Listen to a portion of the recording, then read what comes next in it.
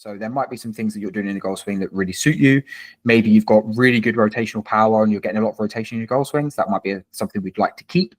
But there might be other things you're not utilizing that you actually have good power sources for. Maybe you're not using the ground very well, but you actually have very high levels of vertical force that you're not utilizing. Or maybe you're trying to create a lot of high hand position when actually you have a lot of shoulder restriction. So that might be something we need to adapt. So through conversation, through analysis, through testing, through really try and diagnose, we end up in a position of building what we call a golfer's blueprint, which essentially is where we believe your best golf will sit with your current body. In audio.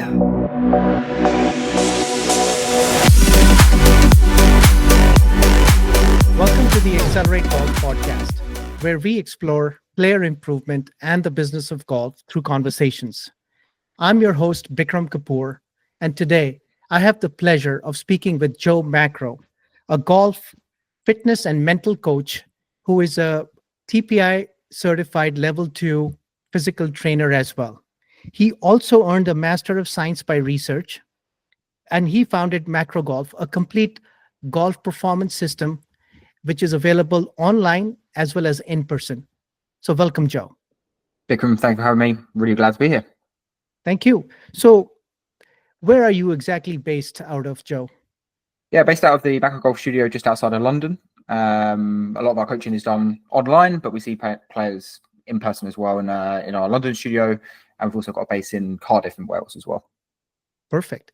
And what is Macro Golf? Can you just step us through what is that? When did you start that? Who's involved in that? And how does it help golfers? Great question. Let's start with the easy question, shall we? Yeah, let's start with the easy question. Great question. I mean, the concept of Macro Golf, I started like 7 or 8 years ago now, which essentially started as a physical solution for golfers. I had a lot of friends that were playing high level golf at the time. There was no real kind of solution for them in terms of being able to prepare their bodies and prepare their minds for the level of competition they were playing. So around the time I was doing a lot of training with different participants from a lot of research I'd done at university, different things. And I just saw a good opportunity for golfers to have some kind of physical and mental assistance in what they were doing. They were doing a lot of coaching, but not like that. And I did that on my own for a good few years and developed a business out of it and was enjoying that. And it actually allowed Sam, who works with me now, to come and join that business as well, doing the same thing of fitness coaching, and 2 of us were doing it. But we realized we were doing a lot of good stuff that unfortunately was getting not necessarily carried over when players were going to have golf lessons. And we kind of saw this big gap in the work we were doing physically with players and on trying to improve the way they were moving and improve the athleticism, improve their kind of capabilities, but we never actually saw them display that in the way we want to in the golf swing. So long story short, that's where we've ended up now. We actually now provide fitness coaching, mental coaching, and golf coaching to amateurs and professionals. And what that allows us to do is build a formula that essentially is fully personalized for that player. So no matter what restrictions, injuries, tendencies, strengths, weaknesses that player has, we essentially build a golf swing and a golf game around them and their body and what they can and can't do. So you have a very solid foundation in the study of body movements. Mm-hmm. You did a master's and your research was in these topics. So could you just elaborate on what you did in your master's and how that helped you, form that initial concept, which later on became Joe Macro Golf? Yeah, it was definitely formulated the first part of the business for sure. Understanding how people move, why they move differently. I did a lot of research in people with conditions and illnesses and diseases and injuries, and really understood how everyone essentially moves completely differently. Even in gym exercises, everyone performs those movements differently, and there's no right or wrong way. We kind of have a textbook way, but we can always find adaptations to that. In the same way that we were looking at the way people move when they get fatigued, or the way people move when they when they get stronger, when they get more mobile, how that changes their movement. So I've always been exposed to this kind of like individual idea of how we move as humans and the way that we do things. And it was just such a clash to then seeing how people were being golf coached in a way of, you have to be in this position in P3, and we have to be here, and we have to be here, and we have to do this, and we have to do this, where really everyone's got their own way of doing things. And even if we look at the best players in the world, they all do things in slightly different ways, in their own ways. And what we've kind of managed to put together is, why do they do it differently? Is that because of the strengths, weaknesses, the sports they've played in the past, the activities they've been exposed to, the movements they've been exposed to as kids, and essentially now trying to dive into why people move differently and do these things in golf. So it's kind of like, my background was very much movement and fitness and exercise and these things, and now we're kind of taking this a little bit deeper into the sport now to think like, okay, well, why do we see all these movements that are different, and can we understand and test for those things? I think, we mentioned that you are a TPI certified level 2 coach. For the benefit of the listeners, what is TPI? Yeah, so TPI is the Titleist Performance Institute. These guys have done essentially a lot of the good research on what I've just tried to explain there. So they've had a lot of access to the best players in the world. They've also had access to large cohorts of golfers and able to basically develop a lot of data on golfers. Essentially what they've managed to produce is a huge data set of how golfers move depending on how their bodies are, essentially. And that goes to the extreme of force plate data and 3D analysis, all the way to just classic swing characteristics that you and I could spot with the naked eye, right? So they've managed to develop this huge cohort of data that they can start to pull some correlations from, essentially, is what we're looking at. So they've done a lot of work over a long period of time. They've developed their work. They're consistently developing the work and the data that they have. They're producing loads of great informational content for people to go and check out as well. And what they're able to do is kind of coach people like myself on the information that they've been able to kind of gather from researching. I mean, we're talking probably nearly 100,000 people now probably have been gone through some kind of test of this, maybe even more. And all that gathered data is essentially useful for us to use to start to draw conclusions from as well. So yeah, there's a huge database that they've managed to create, and now they're training more people to understand their methods. So TPI has this huge, data set, and from that data set, they've gleaned all the insights into what high performance golfers, how they move, how they swing. Correct. But starting from the premise, which you started for, is that each person moves differently based on his or her unique, body strengths and weaknesses. So now you start from that concept, and here you are coming, from that data set which TPI has. So now you have to fit the way, you could swing the golf club most efficiently to each individual. Am I right? Is my understanding correct? Yeah, essentially you've got two different ways to target it, right? So let's say, for example, you've got an individual that comes to you, and let's say they've got restrictions in their hips and restrictions in their torso. That means they can't rotate very well, right?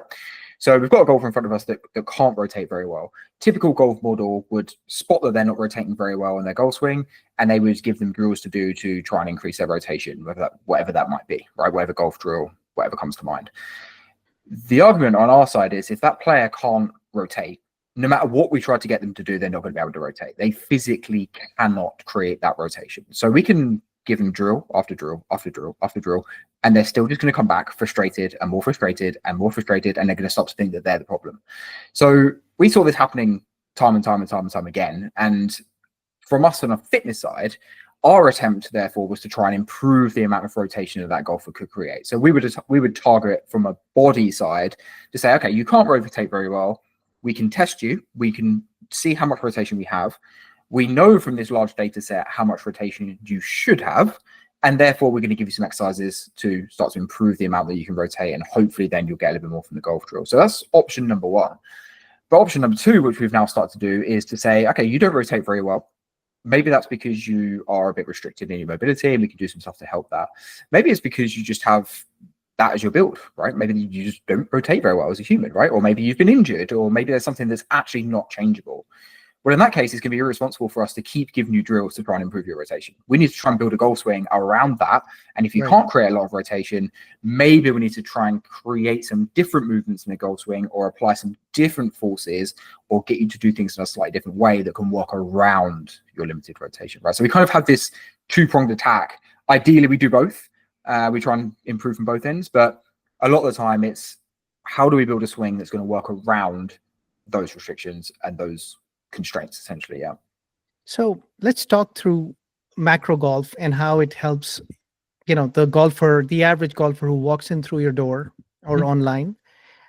So I think you just mentioned making a baseline for that particular golfer.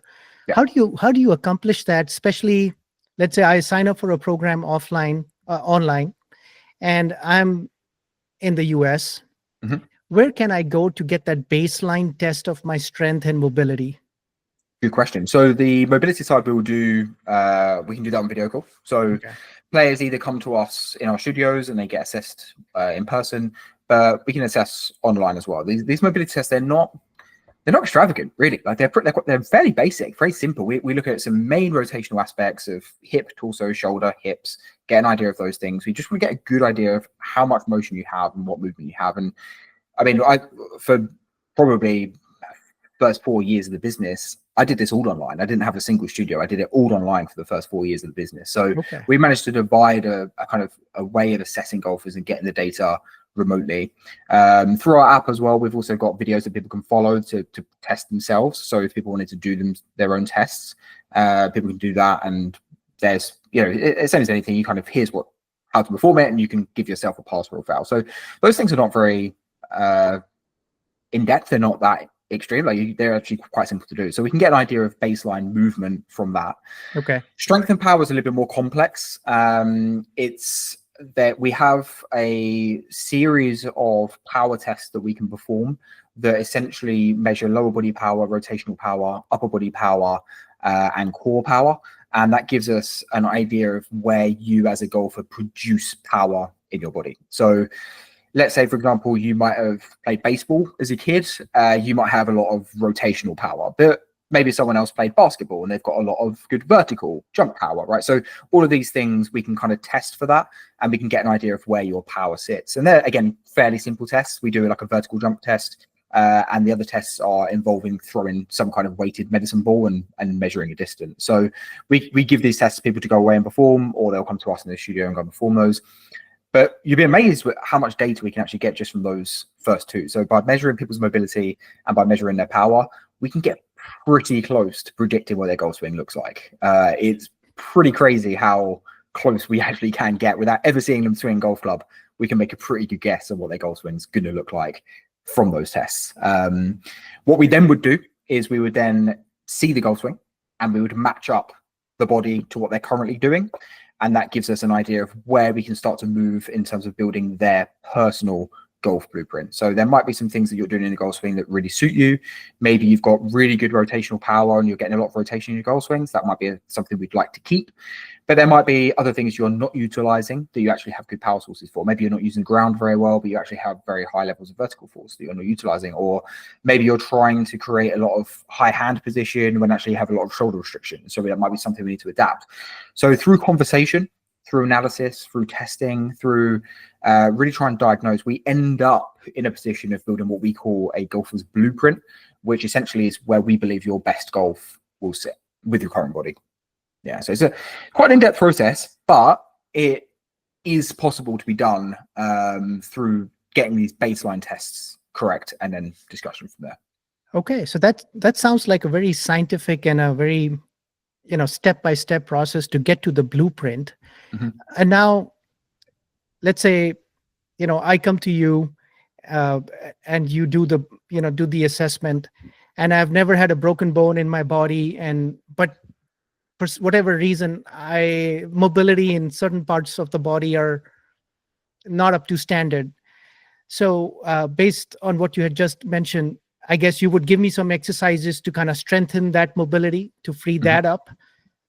Plus you will come up with a blueprint, which will combine how my body moves, the potential impact of all the exercises you're giving me, along with, what my golf swing is doing now to what it should be doing, ideally based on my body type and mobility, correct?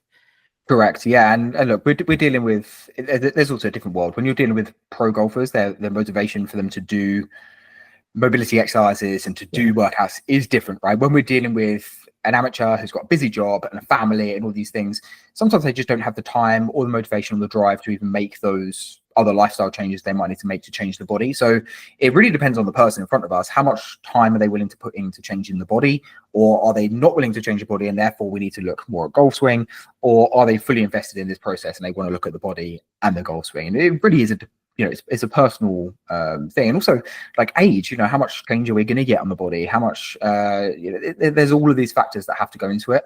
And that's why I really believe that like conversation with the player is so important. The amount of times we see a golfer that says, I really want to hit draws. I want to hit draws. And we test them, we test the body. It's like, the body's built kind of hit baits. Like, so you can keep trying to hit a draw, but you might just end up being frustrated instead of us leaning into what their body is kind of telling us and what's going to feel a little bit more natural for them. What I generally say is anyone who's gone for lessons, worked on the same thing or been told the same thing many, many times and just still never had that progress that they want to make, it's probably because they're fighting something in their body, is generally what we see. And when we find that and we either fix the thing in the body or work around it, that's when we start to unlock the golf that feels easy, right? The golf that feels like it's a little bit more repeatable and it doesn't feel as complex. That's a great point. Your point about the level of motivation, that really hits home, because theoretically, you could give someone a lot of knowledge and stuff to do, but if that person is not following through, you got to approach it a different way in order to achieve the results. So that's a great point. So how is your plan structured? Is it like a monthly subscription? And how many sessions does someone get with, quality coaches like you? Yeah, we've done a lot of things differently in the past. Where we've had the most success, we've tried to build things around. We're quite against the model of kind of come for us for 10 sessions and do this type of thing. Like, we've seen a lot of that in golf coaching, where you kind of turn up for the hour and you feel like you're kind of on a conveyor belt of people, can they even remember what you did last week? And before the next person comes in, they're trying to rush you out. We saw a lot of that in golf coaching. We really didn't want to have that type of model, because we actually believe that most of the progress that's going to be made is through feedback and conversation from everything that's been going on, right? So the model we've kind of built is very much more like we call it golf coaching rather than having golf lessons. And the reason we call it coaching is we really want to be there for all of those moments that happen in your golfing journey, because you might go out and play this weekend and you might go back to the family and ultimately they don't care what happened when you played. Like, they're not interested, right? They don't care about the putt that you should have made, or they don't care about that. We try to be that person that does care. So we try and have every player, after they've played, we want to have a message from you. After every practice session, we want to have a message from you. We give you a full practice routine that you need to go and execute on. We want to hear after every practice session. We're going to give you practice games to do. We want to hear the scores of those games that day. And the clients that we build now, the ones we have the best success from, we're talking to pretty much on a daily basis, which seems extreme. But when you actually think that the amount of time that you want to put into this, how good you want to get, we kind of need this constant feedback that things are working. Because if we give you something, send you away for 6 weeks and see you in 6 weeks' time, you might have just wasted 6 weeks. Because without that feedback, was that the right thing? We wouldn't know until 6 weeks' time. So, the engineer in me is very happy to hear what you're just saying, because the constant monitoring and feedback, it's so much easier to just fix the issue when it's starting to show up.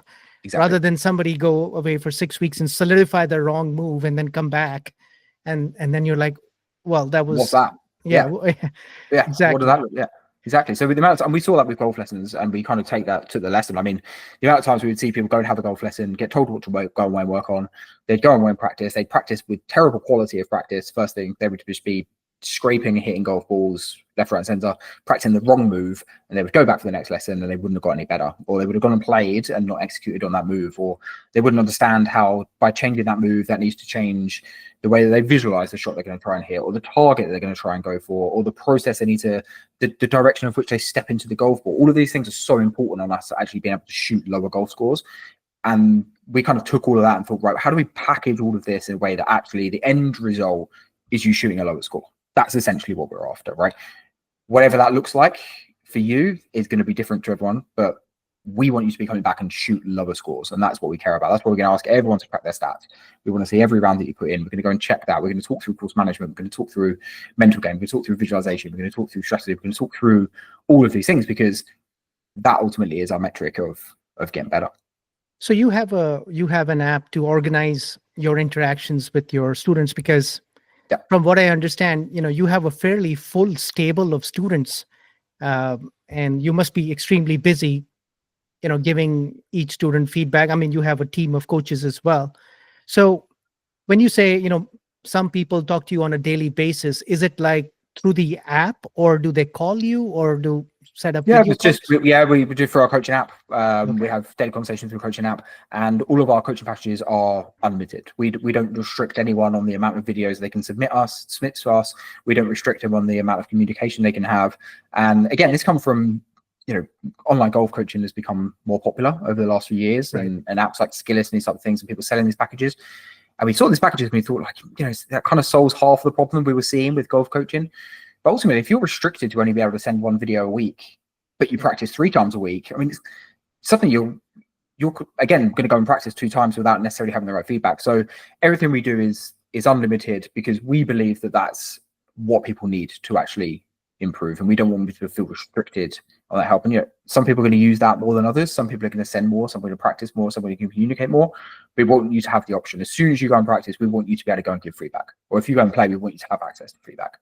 It's kind of a big ethos of ours is, we're going to aim for constant communication with everyone we work for. And how much does it cost typically, for this program? Just a broader price range for how much does a golfer pay? So we charge £275 per month. Okay. So I think it's around $350 roughly, I think that would be. Right. Give and take. And that gives them access to the golf coach, mental coach, and fitness coach. And they all basically receive plans on all those, along with the setup, which is the biggest part of this is the setup, right? So building the blueprint, doing the testing, doing the assessing, setting up the plans, initial swing reviews. That first kind of 2-3 weeks is pretty intense for everyone involved.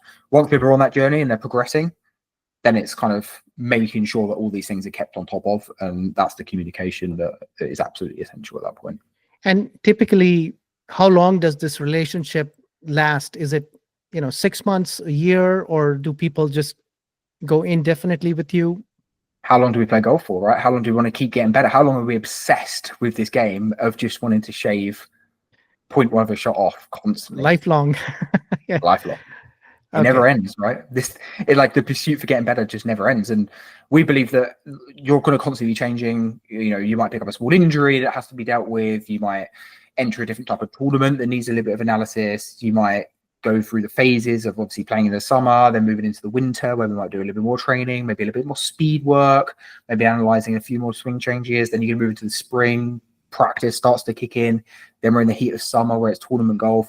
So we kind of just flow on this kind of like seasonal transition that we have in golf. And yeah, I mean, we've had players that I've got clients that have been with me for 6-7 years. People just, this becomes part of what they do. Yeah, no, that makes a ton of sense, because in effect, you are getting like a gym membership with personalized coaching and a golf coaching membership with personalized coaching. I mean, you combine the two. I mean, I don't know how much people spend on gym memberships, but it can add up to be a lot. But instead of that, if you just get the macro golf package, you're getting basically a gym and a golf membership rolled into one. And it's a great. Yeah, it's a good. We've never kind of like sat down. Maybe you give me a good marketing idea there. Maybe I'm gonna take this from you. But like we saw what people were paying for golf lessons. We saw what people were paying for personal training. We saw what people were paying for these types of subscriptions, and we just believed that they were paying a lot of this money and not really getting any real tangible result. The amount of people that we've come to us and we said, you've had golf lessons. What did you do? How did you get any better? Not really. Kind of still just playing off the same handicap they were 2 years ago, and they've had a lesson a week. It just seems crazy to think that we would be paying for a service where ultimately that service is for us to get better at something, and the one measure we have of getting better, which is maybe handicap or scoring average, didn't improve. I mean, you wouldn't do that anywhere else, right? You wouldn't pay for a service and not get the result anywhere. So we basically just back ourselves that we will make progress on scoring average and handicap, and we will get that result because that's what we do.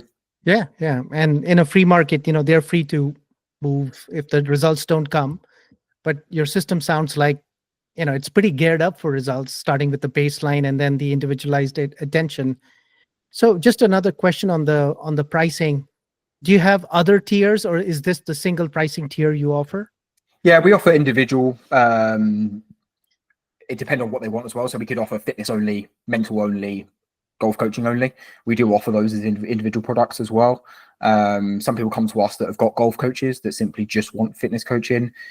We have people that come to us simply for mental coaching, is another big one for us. And we also have people that are not interested in working on fitness or working on anything. They simply just want golf coaching. So we do have that as well. But we generally try to persuade everyone that if you go for the full lot, the result will be significantly greater, right? So it's generally when people have already got a coach in a specific area that we would then kind of just work with that coach on this top up side. But yeah, we do offer kind of individual kind of segments, let's say, alongside the obviously the full performance. And the best way for someone to approach you is through the website. And for the benefit of the audience, I'll put links to your website so that people can just click on it and get to you. Sure. That's the best way to reach you, right? Yeah, for sure. And we're talking about a lot of things here. We're talking about strength, strategy, mental game, fitness, all these things. And sometimes people get confused. Like there's a lot going on. We actually created a little tool, which I'll send you the link for, and you can share with the listeners, where you can actually go and answer some questions, and it actually pumps out some results on all of these segments as well. So it will give you a score on what your golf fitness is. It will give you a score on what your mental game is, a score on your strategy, a score on your skill level, and you can start to understand which of these pillars of performance essentially is potentially holding you back, because we see a lot. Sometimes people are practicing really hard and they're doing a lot of things, but there's other areas of their game that they're missing out on. And sometimes just to see that mapped out is quite nice for you to see maybe where you need to put a little bit of work in. So yeah, that's a free tool. Anyone can use that. We call it our macro golf scorecard, and anyone can kind of fill that out and get some free data on their game. Yeah, that sounds like a great resource. So that was a great discussion about the business side of your operation. But now let's get into the swing side and the golf side. And you had already started talking about the different forces in the golf swing. Mm-hmm. So before we get into all that, let's say, what is the number one problem people come to you, which they're hoping to solve by interacting with you? Is it more power, more consistency, better performance, better scoring? What is it in your stable of golfers? It's a good question. Ultimately, people come to us because they are not. They're fed up with not getting the result that they believe they should get. I think a lot of golfers work hard on their golf game. I'm sure a lot of your listeners practice hard. They invest time, effort, money, and it's frustrating when you don't get the result, right? So quite often people, when they come to us, they're a bit lost in their journey. They're a bit confused as to why they're not seeing the result that they want to see. Why they still have a slice? Why do they still not break 90 when they go out? Why are they not getting the results they want to see? And ultimately our job from there is, when we first meet with them, is to discover the answer to that question. Is that a mental problem? Is that a physical problem? Is that a golf swing problem? Is that they got zero strategy, zero course management? So ultimately, when they first come to us, we're trying to just work out why they're in the position that they're currently in. So the number one thing I see personally is, and it's one of the quickest fixes we have, is quality of practice for most golfers is terrible. Okay. Most golfers just do not practice correctly. They don't understand what correct practice looks like. And it therefore means that the good golf that they display on the driving range does not get taken to the golf course.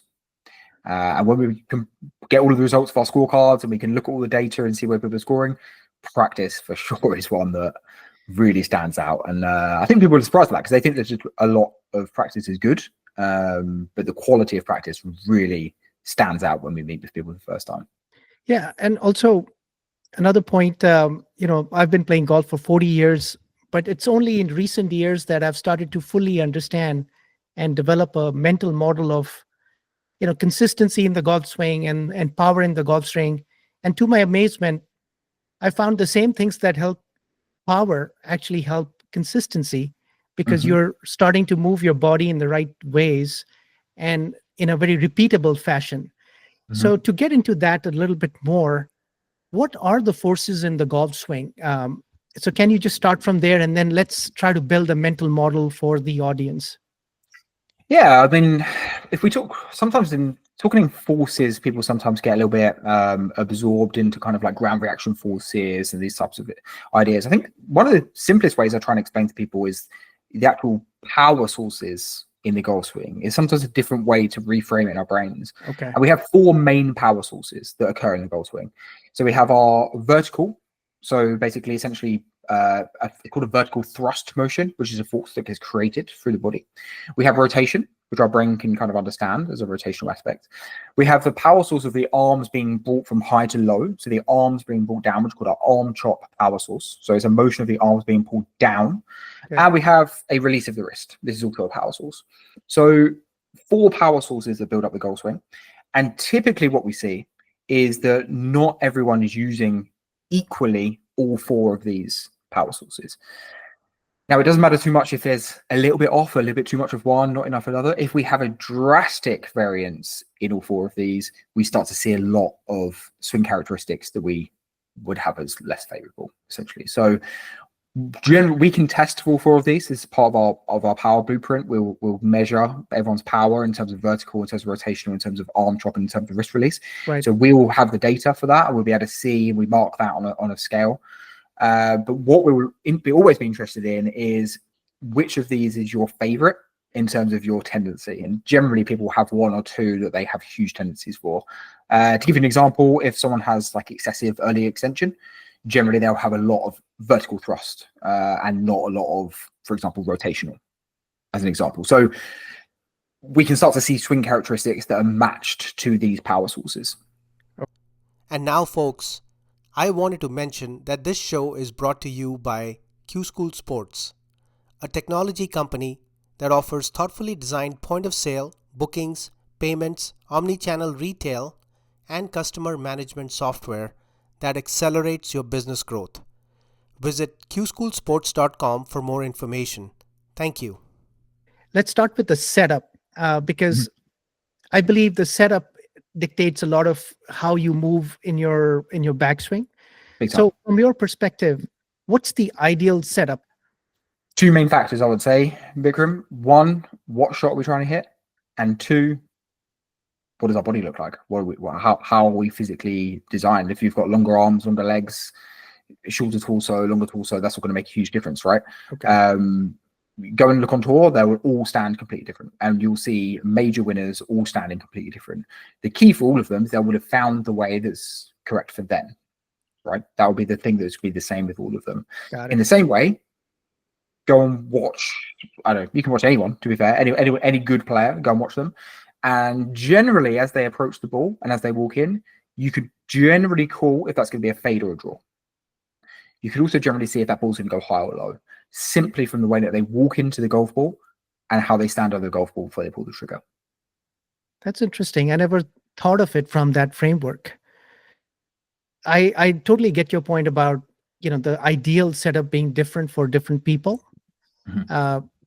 But I'm just also wondering, from the TPI data set, where they've looked at 100,000 golfers, there must be some obvious don't do's in the setup. So what are some things people should totally avoid trying to do in the setup? The ball being behind the right foot or something like that, right? It's gonna be some we're trying to play a tie spinner, maybe, like, who knows, right? But no, I think there's some general kind of like spine being relatively neutral is going to be a good starting point for most people. There's obviously weight distribution being generally fairly neutral is going to move people. But I think it's nice for people to feel the extremes and then find their version of what center is. So a lot of the time when we're working with players, we'll get them to feel what an extreme one way is. We'll get them to feel an extreme in the opposite, and then let them find where their middle point is within that, right? So things like I don't know, what's a good example? Weight distribution, toe to heel and being stable. Get them to feel what it's like to be really on the toes. Get them to feel what it's like to be really on the heels, and then get them to find their version of center. And that'll be different for each player. right? But it will stop them being in an extreme kind of like dangerous position one way or the other. Same with kind of curvature of spine, pelvis tuck, all of these positions. Get them to feel what it's like to tuck the pelvis all the way under, get them to feel what it's like to tuck the pelvis all the way back, and then find their kind of middle ground, right? And again, that will have a degree of variance player to player, but it allows them to find their kind of more natural self-find, if that makes sense. Got it. I would recommend most people can try that at home as well. They can try that feeling. And now let's get into the start of the backswing. There's a lot of confusion about weight transfer and pressure shift. So back in the day, everybody used to talk about weight transfer, and that has a very specific scientific meaning in terms of the center of mass shifting left or right, whereas the pressure transfer seems to be, or the pressure shift seems to be more appropriate, terminology for the golf swing. So a lot of these long drive guys on YouTube, for example, they always preach transferring the weight much, much earlier than what we traditionally thought of. What's your take on that? Yeah, I mean, for most players that are tested, weight transfer specifically to the lead side generally occurs a little bit too late for most golfers. And what we notice with the biggest hitters and generally the best players in the world, they shift very early to lead side, and they shift a lot of weight onto that lead side as well. Talking typically up to twice their body weight gets put onto that lead foot and peak force. So most golfers are not transferring early enough or enough. But again, like we're talking optimal. What would be optimal? And sometimes optimal is not right for everyone, right? Like it's going to depend on their matchup, right? It's going to depend on how much weight they shift to the left. It's going to depend how much weight they have stacked on their left early on. It's going to depend on grip. It's going to depend on the steepness of shaft, the way they take it back. There's so many factors. So what we can get is an idea of what optimal would be, but then we need to match people within that optimal, right? Because as soon as you change, obviously, one of these aspects, we have a knock-on effect. So we're always trying to manage that as part of what's perfect, but what's perfect for you, and maybe somewhere in between. Got it. So that's a great point you're pointing out. So the question is, what's perfect? So if I take a look at the top 50 players on the PGA Tour, and assume that I have data on their weight shift and the timing of the weight shift, what is the pattern I would find that by the time my hands are approaching my shoulder on the backswing, is the pressure already shifting to the left foot? Yes, we definitely see weight start to shift to lead side definitely before the backswing is finished. And for some of the earliest ones, even when the shaft gets a parallel on the way back, they're already starting to move to their lead side. So it's very early, and it's a lot earlier than most players believe it is. But again, even within those players, there's a variance, right? So what we'll generally see is some of the biggest hitters do it a little bit more and a little bit earlier. But there's variance even within the best guys in the world. What we do know for a fact, and one of the things we can really start to lean on, is the sequencing of which these things occur, right? So from the top of the backswing, what sequence do these events occur, and at what things get fired in the right sequence? And that is pretty consistent among the best players in the world. We do definitely see the same sequence between the best golf swings. No matter what they look like, the sequencing of that is very, very consistent. So we will generally see hips firing first from the top of the backswing, followed by torso, followed by arms, followed by club. And when we talk about that, we're talking about the acceleration and deceleration of each of those segments. So the sequencing of that is pretty consistent among the best players in the world. And if we start to measure a lot of amateurs, there will be some breakdown. We'll see some kind of arms taking over from torso. We'll see the club starting to accelerate a little bit faster than the hips, for example. We'll start to see a little bit of breakdown of that sequence. So in terms of how things look, there's a lot of variance, but there are a few things biomechanically that we can kind of lean on to be like, this is, if you're not doing this, then you're probably doing something wrong at some point. That's another great point you've brought up. So now that we know the right sequence, and so assume that a golfer is bringing the club back in his backswing, and now we need to shift the pressure back onto his left foot, or for a right-handed golfer. What is the best way to accomplish that? It's a great question, and we hear different responses based on what that feels like for you as the player, right? So Jack, that works with us, talks a lot about a falling onto the lead side. So he speaks a lot about a rising on the way back and a falling into the lead side during that transition, right? So for a lot of players, that really resonates in their head. A falling into the lead side on the way back. So as backswing starts to occur, we start to fall into that lead leg. For a lot of players, that really works. For other players, they need to feel like they almost never get off that lead side. For them, that actually is the feeling that allows them to get onto that lead side. So although they will get onto trail side, move back onto lead, it may feel like for them that they're kind of almost a bit more like stack and tilt mentality in their head, that they actually never really get off that lead side. But actually, when we measure it, they do. For other players, they might feel like they need to stomp that foot down. For other players, they might feel like they need to jump out of that side. Essentially, all of these feelings might end up creating the same end result. And that's where having some data that you can lean on as the coach, that then listening to the feedback of the player allows the player, because essentially the player only really cares about the feel. Essentially, the player is the one that can feel it. That's what they're going to have to go and replicate. They're not going to be able to go and do that with the data. So they're going to have to find their own feeling of what that's like. Yeah, it's kind of like it's a tricky one, because everyone's going to feel different things in that sense. Some people are going to feel it a little bit more than others. Some people are going to have to exaggerate it more than others, and some people have to feel it earlier than others. And essentially, we're just kind of, a lot of the coaching that we'll do is we'll test and trial and discover what that is for you. Okay. And there is a certain part of the left foot you should be loading your pressure on also, Mhm. right?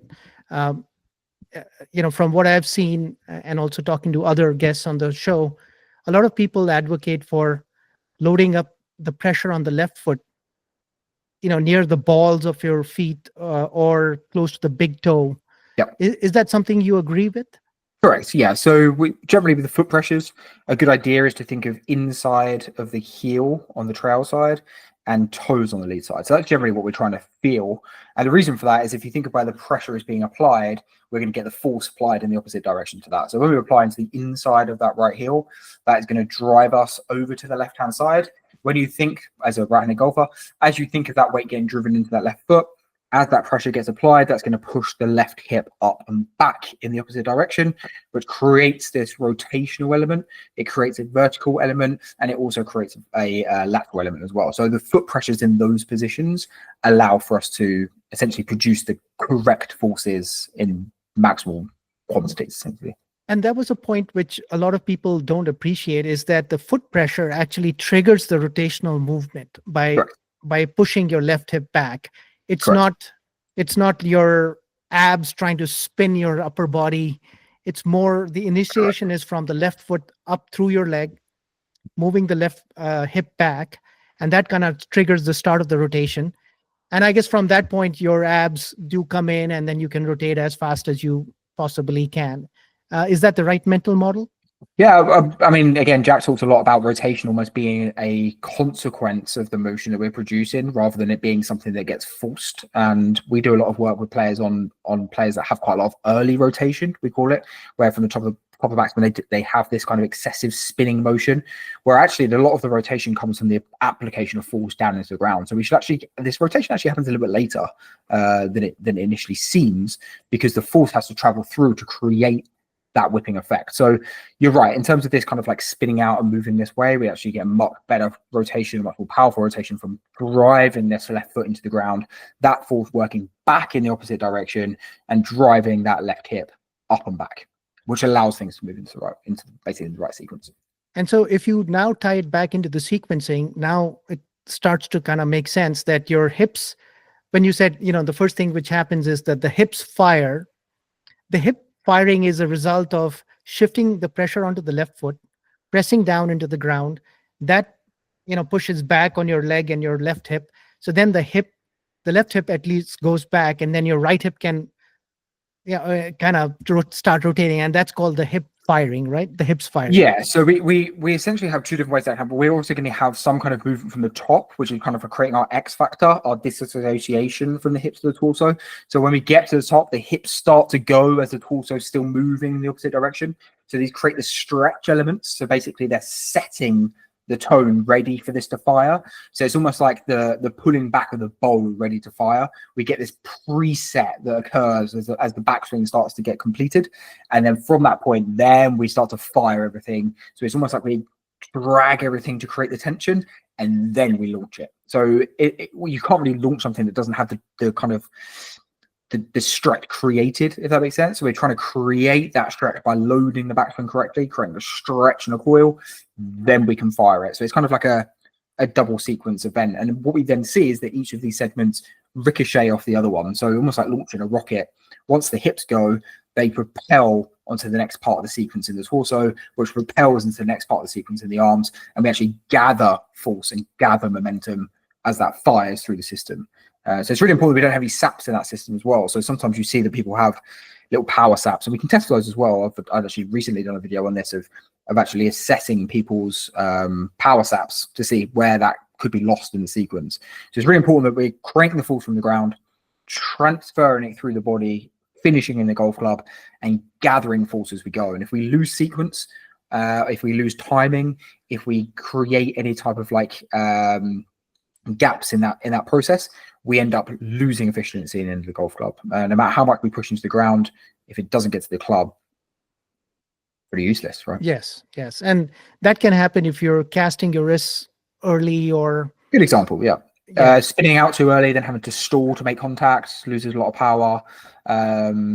Excessively thrusting towards the golf ball and then having to stall the arms to flip the hands to make contact is another power source.